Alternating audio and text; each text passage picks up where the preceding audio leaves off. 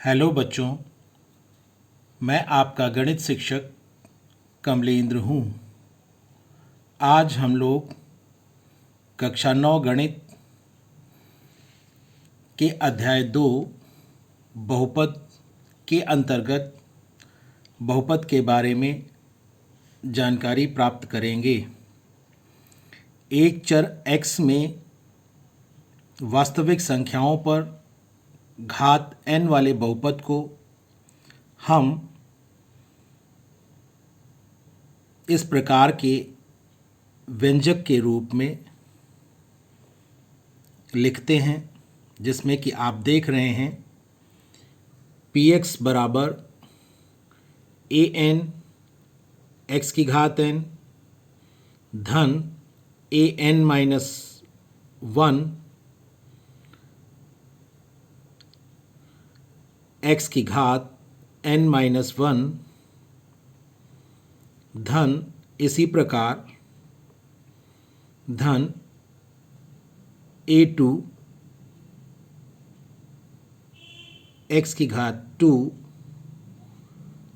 Plus a1 x plus a0। इस प्रकार के व्यंजक को हम बहुपद कहते हैं, जहाँ पर a0, a1, a2 और इसी प्रकार an अचर या कांस्टेंट्स कहलाते हैं। इन्हें हम बहुपद के गुणांक या कोफिशिएंट्स भी कहते हैं। यहाँ पर हमें यह ध्यान रखना है कि an 0 के बराबर नहीं होना चाहिए।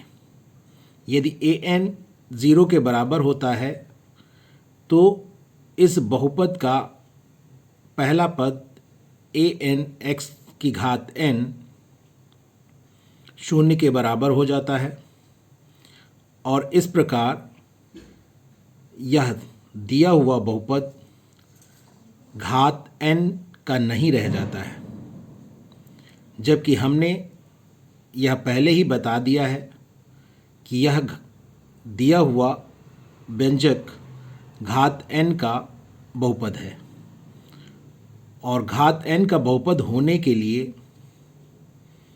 क्योंकि यह बहुपद एक चर में घात n का बहुपद है, इसलिए इसमें चर की अधिकतम घात n होनी चाहिए और जब an 0 के बराबर हो जाएगा तब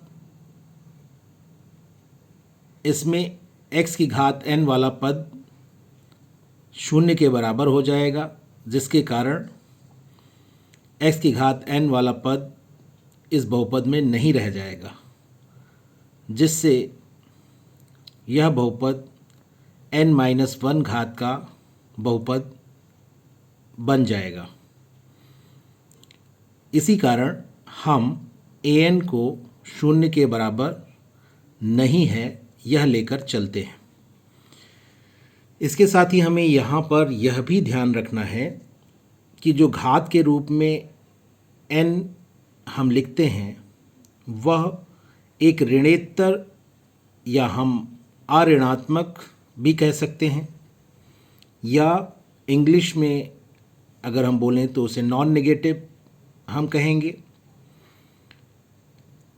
और पूर्णांक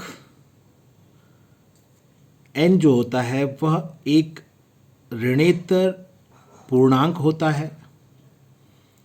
पूर्णांक को हम जानते हैं अंग्रेजी में इंटेजर्स कहते हैं। तो हमें यह ध्यान रखना है कि n यहाँ पर एक ऋणेतर पूर्णांक है, अर्थात नॉन नेगेटिव इंटेजर है। और ऋणेतर का अर्थ यह होता है कि पूर्णांक को ऋणात्मक नहीं होना चाहिए, अर्थात पूर्णांक धनात्मक हो सकता है या फिर शून्य हो सकता है।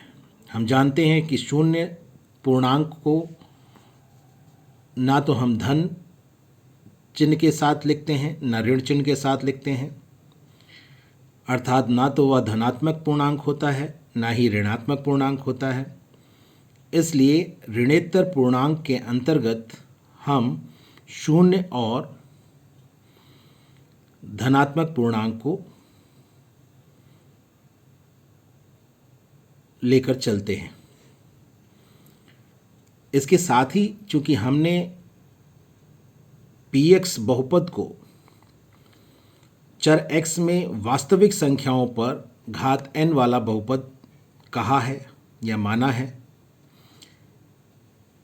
यहाँ पर वास्तविक संख्याओं पर का अर्थ यह है कि जो यहाँ पर बहुपद के गुणांक हैं या अचर हैं, जो कि हम यहाँ पर देख रहे हैं a0, a1, a2 और इसी प्रकार an हैं, ये सब के सब वास्तविक संख्याएं होती हैं।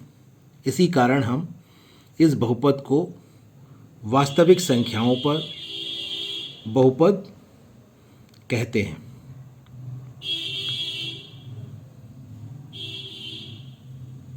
गुणांक शब्द का बहुपद a0, a1 और an को हम बहुपद के गुणांक इसलिए कहते हैं क्योंकि हम यहाँ पर देख रहे हैं कि बहुपद के प्रत्येक पद में ये चर के साथ गुणा में आते हैं, इसीलिए हम इन्हें बहुपद के गुणांक कहते हैं। किसी भी बहुपद में या व्यंजक में पदों को अलग करने के लिए यहाँ पर धन और ऋण चिन्ह होते हैं जो कि पदों को अलग करते हैं। ये धन और ऋण चिन्ह ठीक उसी प्रकार से होते हैं। यहाँ पर आप धन चिन्ह देख रहे हैं पदों के बीच में लगे हुए हैं, यहाँ पर ऋण भी हो सकते हैं। और इस स्थिति में हम यह पाते हैं कि ये धन और ऋण पदों को ठीक उसी प्रकार से अलग करते हैं जैसे कि लगातार यदि कमरे बने हुए हैं तो उन कमरों को अलग करने के लिए बीच में दीवारें होती हैं और दीवारें ही कमरों को अलग करती हैं। ठीक इसी प्रकार बहुपद में धन और ऋण चिन्ह होते हैं जो पदों को अलग अलग करते हैं। यहाँ पर हम देख रहे हैं an x की घात n लिखा हुआ है, फिर धन चिन्ह शुरू होता है। इसका अर्थ यह हुआ कि यह पहला पद an x की घात n यहीं तक है और इसके बाद अब दूसरा पद शुरू होने वाला है। उसके बाद दूसरा पद आता है an ऋण 1 और साथ में है x की घात n ऋण 1। उसके बाद फिर यह पद भी यहीं समाप्त हो जाता है और उसके बाद धन चिन्ह शुरू हो जाता है। तो इस प्रकार किसी भी बहुपद या व्यंजक में यदि हमें यह जानना हो कि कितने पद हैं तो हम पदों को इसी प्रकार अलग अलग समझ करके उन्हें गिन लेते हैं और हम यह जान लेते हैं कि दिया गया बहुपद या व्यंजक कितने पदों से मिलकर बना हुआ है। इसके बाद जो दिया हुआ बहुपद यहाँ पर हमने लिया है इसे हम व्यापक बहुपद भी कह सकते हैं क्योंकि एक चर में वास्तविक संख्याओं पर घात n वाले इस बहुपद में एक चर वाले सभी बहुपद शामिल हैं जो घात n के हो सकते हैं। और यहाँ पर जो बहुपद के गुणांक हैं a0, a1, a2 और an, अगर इन सब का मान शून्य हो जाए तो उस स्थिति में px का मान भी शून्य हो जाएगा जैसा कि आप यहाँ पर देख रहे हैं। और इस स्थिति में जब px बराबर शून्य हमें प्राप्त होता है तो इस बहुपद को हम शून्य बहुपद या जीरो पॉलिनोमियल कहते हैं और इसे हम जीरो से व्यक्त करते हैं।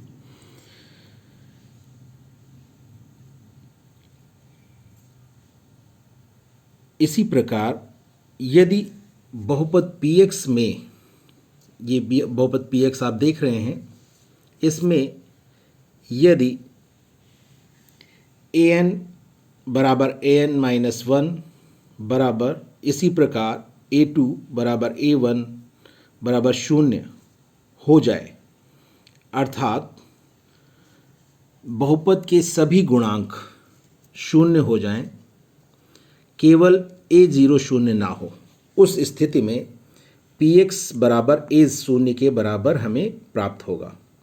और हम जानते हैं कि a0 एक वास्तविक संख्या होती है और इस प्रकार px बराबर एक वास्तविक संख्या हमें प्राप्त होगी और जिसे हम अचर या कांस्टेंट कहते हैं। और इस प्रकार जो भी बहुपद हमें प्राप्त होगा उसे हम अचर बहुपद या कांस्टेंट पॉलिनोमियल कहते हैं। उदाहरण के तौर पर यदि हम कुछ अचर बहुपद लें तो हम 2 ऋण 5 या 7 या 0 को ले सकते हैं, जहाँ पर हम यह जानते हैं कि अचर बहुपद 0 को हम एक अलग नाम देते हैं जिसे हम कहते हैं शून्य बहुपद, या हम अब इसके बारे में हमने अभी अभी जानकारी प्राप्त की है। यहाँ पर हमने एक बार फिर से n के बारे में समझने का प्रयास किया है कि n हम किसे कहते हैं, जो घात के रूप में, चर की घात के रूप में हमें बहुपद में मिलता है, उसे हम अच्छी तरह से समझ लें कि n एक ऋणेतर पूर्णांक होता है जिसे अंग्रेज़ी में हम नॉन नेगेटिव इंटेजर कहते हैं। और नॉन नेगेटिव इंटेजर्स का अर्थ यह है कि ऐसा कोई भी पूर्णांक हो जो कि ऋण पूर्णांक ना हो, उसे हम n के रूप में लेंगे यहाँ पर। तो ऐसा पूर्णांक हम जानते हैं कि या तो वो धनात्मक पूर्णांक होगा या फिर शून्य होगा, क्योंकि शून्य को हम ना तो धनात्मक पूर्णांक के रूप में मानते हैं और ना ही ऋणात्मक पूर्णांक के रूप में। इसलिए अगर हम ऋणेतर पूर्णांक की बात करेंगे, अर्थात ऐसे पूर्णांक की बात करेंगे जो ऋणात्मक ना हो, तो हम इस रूप में शून्य और धनात्मक पूर्णांक को ले सकते हैं ऋणात्मक पूर्णांक के अंतर्गत। और इसीलिए n के जो मान हो सकते हैं वे शून्य हो सकते, 0, 1, 2, 3 और इसी प्रकार अनंत तक कोई भी धनात्मक पूर्णांक हो सकता है। अब आप समझ गए होंगे कि चर की घात के रूप में किस तरह के पूर्णांक को हमें लेना है। और हमें यहाँ यह भी ध्यान रखना है, क्योंकि यहाँ पर पूर्णांक है, इसलिए n का मान भिन्नात्मक नहीं लेना है हमें, अर्थात 1/2, 1/3, 2/3, 4/3, ऐसा इस प्रकार के वास्तविक संख्याओं को हमें नहीं लेना है, क्योंकि ये संख्याएं पूर्णांक नहीं होती हैं। अभी अभी हमने बहुपद या व्यापक बहुपद के बारे में जानकारी प्राप्त की, जिसमें हमने एक संकेत px का प्रयोग किया है। px में px हमें यह बताता है कि यह एक चर x में बहुपद है।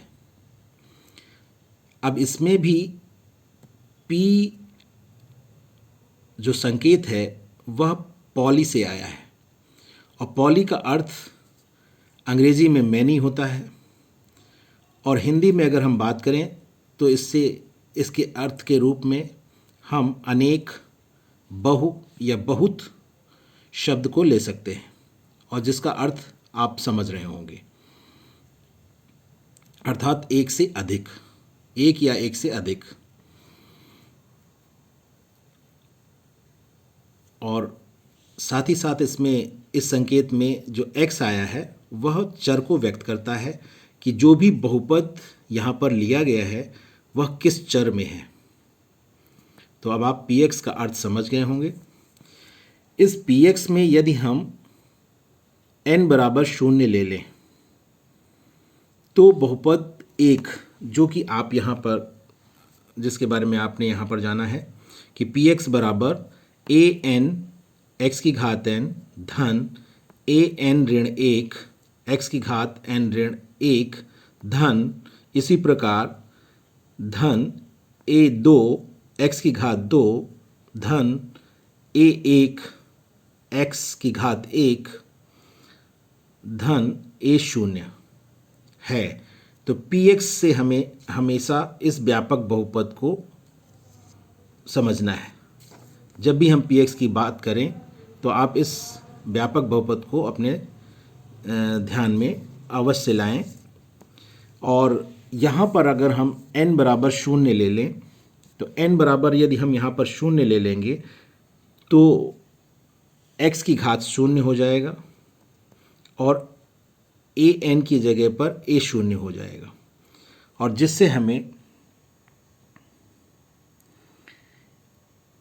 एक्स ए शून्य एक्स की घात शून्य प्राप्त होगा और एक्स की घात शून्य का मान एक के बराबर होता है।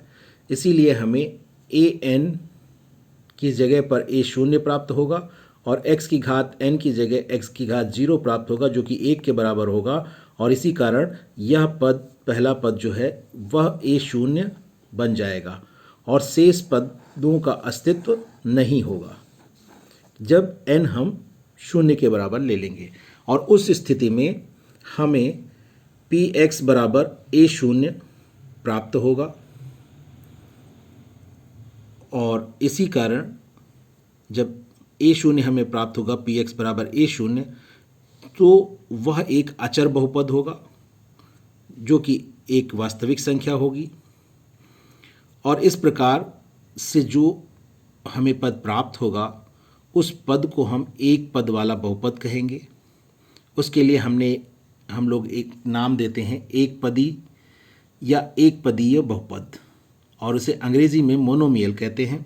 यहाँ पर मोनो का अर्थ एक होता है और इसी कारण यहाँ पर हम एक पदी या एक पदीय बहुपद को मोनोमियल कहते हैं, और वह मोनोमियल 2, -5, 7 या 0 इस रूप का हो सकता है। इसी प्रकार अन्य एक पदी बहुपद हो सकते हैं। यदि हम n बराबर 1 लेते हैं तो पी एक्स बहुपद में हमें क्या प्राप्त होता है आप देखें। अगर n बराबर हम 1 ले लेते हैं तो यहाँ पर x की घात 1 हमें मिल जाएगा और ए एन की जगह पर ए 1 मिल जाएगा। ए 1 x की घात 1 हमें प्राप्त होगा और ये बीच के पद इसमें नहीं होंगे, और उस स्थिति में ए शून्य अवश्य होगा अंत में। तो उस प्रकार हमें जो ये बहुपद पी एक्स हमें प्राप्त होगा उसे हम पी एक्स बराबर ए 1 एक्स धन ए 0 लिख सकते हैं। अब यदि ए 0 शून्य के बराबर हो जाए तो उस स्थिति में हमें ए 1 एक्स ही मिलेगा बहुपद के रूप में, और यह एक पद वाला बहुपद होगा। इसीलिए हम इसे एक पदी या एक पदीय बहुपद कहेंगे, अंग्रेजी में मोनोमियल कहेंगे। एक पदीय बहुपद के रूप में हम 2x या 5x की घात 3 ऋण 5x की घात 2 y की घात 1 या u की घात 4 इस प्रकार के एक पद वाले बहुपदों को ले सकते हैं, और ये सब के सब एक पदीय बहुपद के उदाहरण हैं। साथ ही साथ यदि n बराबर 1 हम लेते हैं तो हम जानते हैं कि हमें पी एक्स बराबर ए 1 एक्स धन ए 0 प्राप्त होता है, और इस बहुपद में हम देख रहे हैं एक पद यह है a1 x और दूसरा पद a शून्य है। बीच में ये धन चिन्ह दोनों पदों को अलग अलग कर रहा है। दो कमरों के बीच की दीवारों की तरह, जो लगातार कमरे बने होते हैं उनके बीच में दीवार होती है और वही दीवार उन दोनों कमरों को अलग अलग करती है। ठीक इसी प्रकार बहुपद में दोनों पदों को धन या ऋण चिन्ह अलग अलग करते हैं। यहाँ पर यह धन चिन्ह दोनों पदों को अलग अलग कर रहा है। इस प्रकार हम देख रहे हैं कि यह बहुपद दो पदों से मिलकर के बना हुआ है और इसके लिए हम एक अलग नाम देते हैं द्विपदी या द्विपदीय बहुपद। अंग्रेजी में हम बाइनोमियल कहते हैं। बाई का अर्थ दो होता है, इसीलिए हम यहाँ पर द्विपदीय बहुपद को बाइनोमियल कहते हैं। अद्विपदीय बहुपद के अन्य उदाहरण अगर हम लेना चाहें तो x धन 1 या 2x की घात 3 ऋण x या x की घात 4 धन 7 आदि ले सकते हैं। इसी प्रकार यदि px बहुपद में n बराबर 2 हम लेकर चलें तो n का मान जब 2 लेंगे तो a 2 हो जाएगा, x की घात 2 हो जाएगा और साथ ही साथ अगला पद a 2 ऋण 1 अर्थात a 1 हो जाएगा और x की घात 2 ऋण 1 अर्थात 1 हो जाएगी और इसके बाद ये सब बीच वाले पद इसमें नहीं आएंगे और अंतिम पद a0 आएगा क्योंकि इसमें n नहीं है, इसलिए यह सदैव रहेगा। n का मान हम चाहे 0 लें और चाहे कोई भी मान लें, उसमें a0 अवश्य रहेगा क्योंकि इसमें n कहीं पर भी नहीं है। तो इस प्रकार यदि हम n बराबर 2 लेते हैं तो बहुपद px हमें a2 x की घात 2 धन a1 x धन a0 के रूप का प्राप्त होगा। यहाँ पर हम देख रहे हैं कि पहला पद a2 x की घात 2 है, दूसरा पद a1 x की घात 1 है, तीसरा पद a0 है। इस प्रकार यह बहुपद px 3 पदों से मिलकर के बना हुआ है। इसीलिए हम इस तरह के बहुपद को त्रिपदी या त्रिपद या त्रिपदीय बहुपद कहते हैं और अंग्रेजी में इसे ट्राइनोमियल कहा जाता है। ट्राई का अर्थ 3 होता है, इसीलिए यहाँ पर त्रिपदीय बहुपद को ट्राइनोमियल कहा जाता है। उदाहरण के रूप में हम त्रिपदीय बहुपदों में x की घात 2 धन x धन 1 या वर्गमूल 2 धन x ऋण x की घात 2 या ax की घात 2 धन bx धन c आदि को ले सकते हैं। ये सभी त्रिपदीय बहुपद के उदाहरण हैं। इस प्रकार इस वीडियो में बस इतना ही। धन्यवाद।